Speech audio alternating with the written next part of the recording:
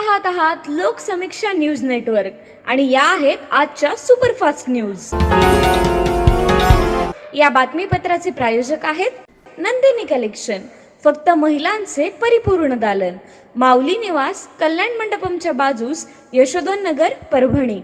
नमस्कार, मी प्रभू Dipke Loksamiksha news network मध्ये आपलं स्वागत करतो। आपण पाहत आहात परभणीचं एकमेव बातमीपत्र Loksamiksha superfast. Red Apple exclusive MIDC परिसर परभणी। परभणी जिल्ह्यातील 7 नगरपालिकांच्या निवडणुकांमध्ये भारतीय जनता पक्षानं 182 पैकी 86 जागांवर निवडणूक लढवून 42 जागांवरील यशासह 3 नगराध्यक्षपद मिळवून घवघवीत यश संपादन केलंय। भाजपाचा स्ट्राईक रेट 70 ते 80% असल्याचा दावा करत पालकमंत्री मेघना बोर्डीकर यांनी परभणी महापालिका निवडणुकीतही भाजपा मोठे यश मिळवून क्रमांक 1 चा पक्ष ठरेल असा विश्वास आज पत्रकार परिषदेतून व्यक्त केलाय। जिंतूर रस्त्यावरील पालकमंत्री संपर्क कार्यालयात झालेल्या पत्रकार परिषदेला माजी आमदार रामसात बोर्डीकर, जिल्हाध्यक्ष सुरेश भुमरे, नूतन नगराध्यक्ष मिलिंद सावंत, प्रताप देशमुख, परमेश्वर कदम आदींसह नगरपालिका निवडणुकीतील विजयी उमेदवार उपस्थित होते। नगरपालिका निवडणुकीत भाजपाला मिळालेलं यश हे केंद्र व राज्य सरकारनं केलेल्या सबका साथ सबका विकासचं प्रतीक आहे। त्यामुळे या निवडणुकीत सर्व समाज घटकांनी भाजपच्या कमळ चिन्हाला पसंती दिली। जिंतूर सारख्या मुस्लिम बहुल शहरातही विक्रमी मताधिक्यानं प्रताप देशमुख हे विजयी झाले। सेलूमध्येही जनतेनं भाजपच्या पाठीशी राहून मिलिंद सावंत यांना विजयी केलं, परंतु सेलूमध्ये काहींनी केलेल्या अपप्रचारामुळे पॅनल प्रमुख विनोद बराडे यांना पराभव पत्करावा लागला। सोनपेठमध्ये जनसुराज्य पक्षाला भाजपनं पुरस्कृत करीत 25 वर्षाची सत्ता उलथून टाकण्याचं काम केलं। पूर्णेमध्ये 2च उमेदवार उभे करून ते विजयी करण्याचं काम पक्ष संघटनेनं केलंय।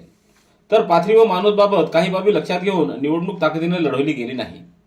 मानवत गंगाखेडमधील अपयश लक्षात घेऊन झालेल्या चुका दुरुस्त करण्याचं काम केलं जाईल अशी स्पष्टोक्ती मेघना बोर्डीकर यांनी दिली। त्यामुळं महापालिकेच्या निवडणुकीत शिवसेना शिंदे गटाशी युती करून सर्व समाज घटकातील उमेदवारांना प्राधान्य देण्यात येईल। त्या माध्यमातून विजयाचा आलेख उंचावण्याचं काम केलं जाईल। तसंच येत्या 2 दिवसांमध्ये हे सर्व चित्र स्पष्ट होईल असं देखील पालकमंत्री मेघना बोर्डीकर यांनी सांगितलं। परभणी शहर राष्ट्रवादी काँग्रेस पार्टीची संवाद व आढावा बैठक आज शहरातल्या माळेगली इथं उत्साहात पार पडली। या बैठकीला पक्षाचे परभणी निरीक्षक मधुकर राजे आर्दड व आमदार राजेश विटेकर यांची प्रमुख उपस्थिती होती। बैठकीच्या सुरुवातीला शहर जिल्हाध्यक्ष प्रताप देशमुख यांनी आगामी महापालिका निवडणुकीच्या पार्श्वभूमीवर शहरातील राजकीय परिस्थितीचा सविस्तर आढावा सादर केला। यानंतर राजेश विटेकर यांनी पक्ष संघटन मजबूत करण्याबाबत मार्गदर्शन करत आपलं मत मांडलं। या बैठकीदरम्यान शहरातील राष्ट्रवादी काँग्रेस पक्षाच्या पदाधिकाऱ्यांशी संवाद साधून आगामी निवडणुकीच्या रणनीतीवर चर्चा करण्यात आली। तसंच अनेक माजी नगरसेवक, पदाधिकारी व इच्छुक उमेदवारांनी मान्यवरांच्या उपस्थितीत राष्ट्रवादी काँग्रेस पक्षात जाहीर प्रवेश केला।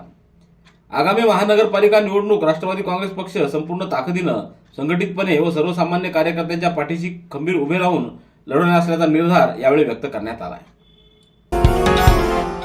महाराष्ट्र नवनिर्माण सेनेच्या वतीनं आज महापालिका निवडणुकीच्या पार्श्वभूमीवर इच्छुक उमेदवारांच्या मुलाखती घेण्यात आल्या। यावेळी परभणी शहर महानगरपालिकेतील विविध प्रभागातील इच्छुकांनी हजेरी लावत मनसेच्या तिकिटावर निवडणूक लढवण्याची इच्छा व्यक्त केली। आज जवळपास 40 ते 50 लोकांनी मनसेचे उमेदवारी अर्ज भरून दिले आहेत। येत्या काही दिवसात परभणीतील सर्वच प्रभागातील उमेदवार महाराष्ट्र नवनिर्माण सेनेकडून जाहीर होतील अशी माहिती जिल्हा संघटक श्रीनिवास लाहोटे यांनी दिली।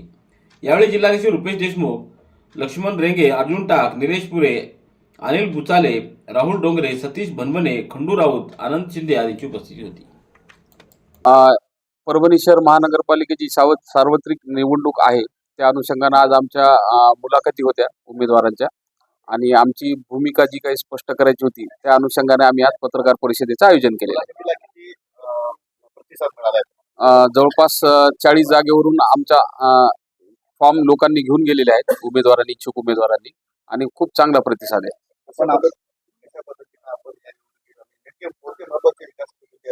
एकच मुद्दा आहे, मी त्या परभणीमध्ये कचरा झालाय, ड्रेनेज आले, रस्त्याचं काम झालंय हे काही बोलणार नाही।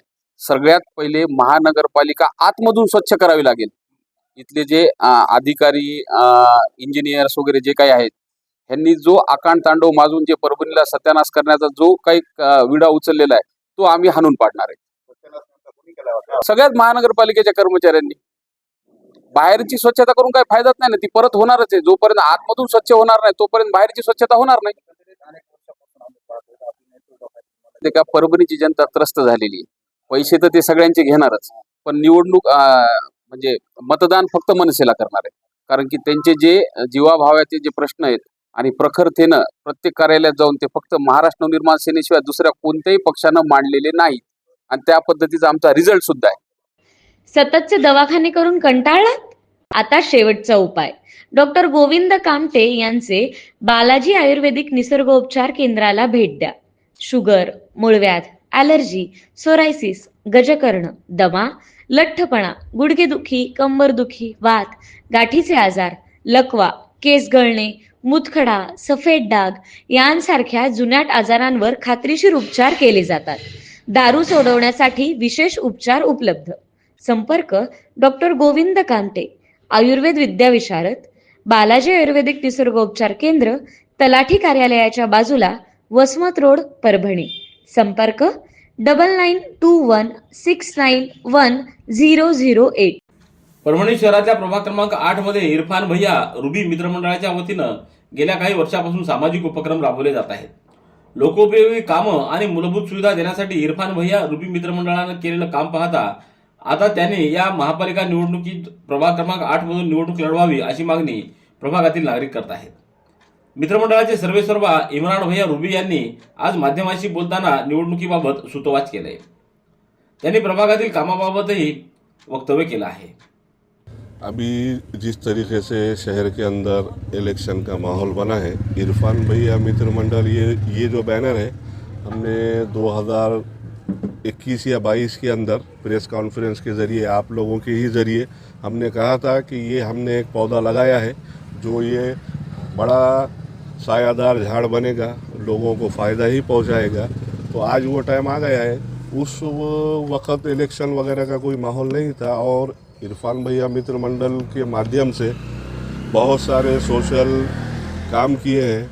बहुत सारे लोगों के जो है तो इरफान भैया मित्र मंडल सुख दुख में काम आई है. और अल्हम्दुलिल्लाह हमने जो पिछले 8-10 दिन में जो प्रभाग का सर्वे कराया है, लोगों से अप्रोच किए हैं, जो इस प्रभाग के जिम्मेदारान हैं या जो कोई हमारी नज़र में सियासी गुरु है, उन लोगों का कहना है कि आप ये कॉन्टेस्ट करना चाहिए. आपके मित्र मंडल में आपके अंदर ये सारी कुछ सलाहियतें हैं तो हम बिल्कुल इंशाअल्लाह हम ये प्रभाग नंबर 8 से इलेक्शन कॉन्टेस्ट करेंगे. अल्लाह हमारे को कामयाबी से नवाजेगा. परभणी शहर महानगरपालिकेच्या निवडणुकीचे उद्या 23 डिसेंबर पासून उमेदवारी अर्ज दाखल करण्याची प्रक्रिया सुरू होणार आहे. या पार्श्वभूमीवर आज पोलीस अधीक्षक रवींद्रसिंह परदेशी यांनी पाहणी केली आणि संबंधित अधिकाऱ्यांना सूचना दिल्या आहेत. यावेळी पोलीस अधीक्षकांसह नवामोंढा, नानलपेठ व कोतवाली पोलीस ठाण्याचे अधिकारी व विशेष शाखेचे पोलीस निरीक्षक उपस्थित होते. परभणीच्या वसंतराव नाईक मराठवाडा कृषी विद्यापीठ परभणी अंतर्गत अखिल भारतीय समन्वयित सोयाबीन संशोधन प्रकल्प परभणी व भारतीय कृषी अनुसंधान परिषद अंतर्गत राष्ट्रीय सोयाबीन संशोधन संस्था इंदोर यांच्या संयुक्त विद्यमाने शेतकऱ्यांसाठी 2 दिवसीय प्रशिक्षण कार्यक्रमाचं यशस्वी आयोजन 19 व 20 डिसेंबरच्या दरम्यान करण्यात आलं. हा कार्यक्रम आद्यरेषीय पीक प्रात्यक्षिक उपक्रमांतर्गत राबवण्यात आला असून शेतकऱ्यांना सोयाबीन पिकातील अद्ययावत तंत्रज्ञानाची माहिती देणं हा या प्रशिक्षणाचा मुख्य उद्देश होता. या प्रशिक्षणाच्या उद्घाटन समारंभाला अध्यक्षस्थानी कुलगुरू डॉक्टर इंद्रमणी हे होते. तर प्रमुख अतिथी म्हणून संशोधन संचालक डॉक्टर खिजर बेग, शिक्षण संचालक डॉक्टर भगवान आसेवार, विस्तार शिक्षण संचालक डॉक्टर राकेश आहिरे, प्रमुख मार्गदर्शक संशोधन अभियंता दयानंद टेकाळे, कृषी विस्तार विद्यावेता डॉक्टर गजानन गडते यांची उपस्थिती होती. तर प्रगतिशील शेतकरी मंगेश देशमुख, प्रताप काळे हेही या परिषदेला उपस्थित होते. जिंतूर शहरातील हिदायत नगर परिसरात भटक्या कुत्र्यांच्या हल्ल्याची धक्कादायक घटना समोर आली असून घरासमोर सार्वजनिक रस्त्यावर खेळणाऱ्या 3 लहान बालकांवर कुत्र्यांनी अचानक खाला चढवून त्यांना गंभीर जखमी केलंय. ही घटना काल 21 डिसेंबर रोजी सायंकाळी 5:30च्या सुमाराला घडली. या घटनेमुळे परिसरात एकच खळबळ उडाली असून पालकांमध्ये तीव्र संताप व्यक्त करण्यात येतोय.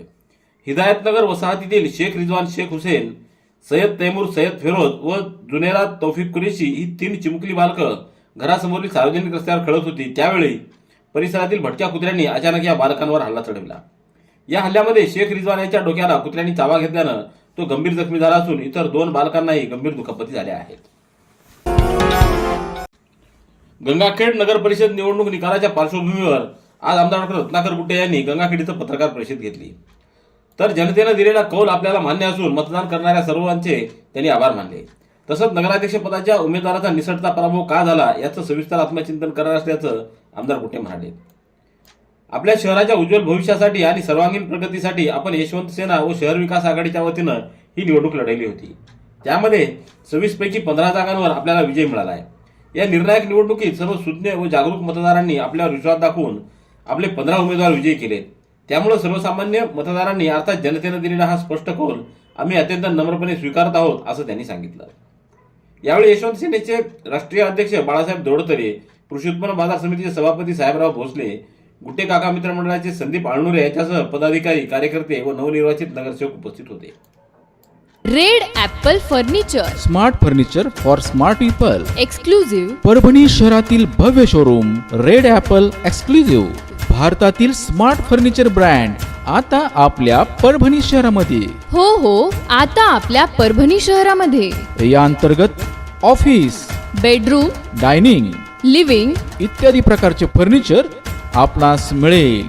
Bedroom set, bed, dressing table, sofa set, कपाट, डायनिंग टेबल टीपॉय आणि स्टील फर्निचर इत्यादी सर्व प्रकारचे फर्निचर तेही आकर्षक किमतीमध्ये उपलब्ध आहे. एक वेळ अवश्य भेट द्या. रेड ॲपल फर्निचर, MIDC परिसर, भारतीय स्टेट बँकेच्या जवळ, परभणी. जिंतूर तहसीलदार या पदावर श्रीमती शीतल कचवे या पदोन्नतीनं रुजू झाल्या आहेत. त्याबद्दल आज महसूल कर्मचारी संघटनेकडून त्यांचा सत्कार करण्यात आला.